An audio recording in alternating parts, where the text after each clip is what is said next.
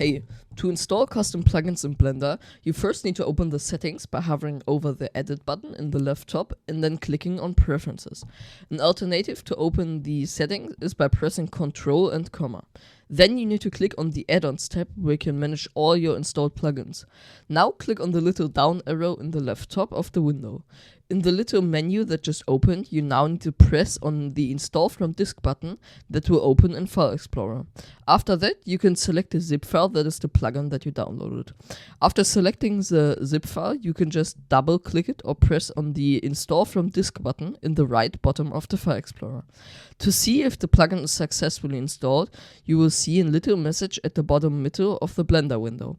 If it shows you an error, you can just Google the error and most likely find a way to fix it. You can also ask on the Blender Discord server in the general help channel. I linked the Blender Discord in the description. I hope this tutorial helped you and that you can now install custom plugins in Blender.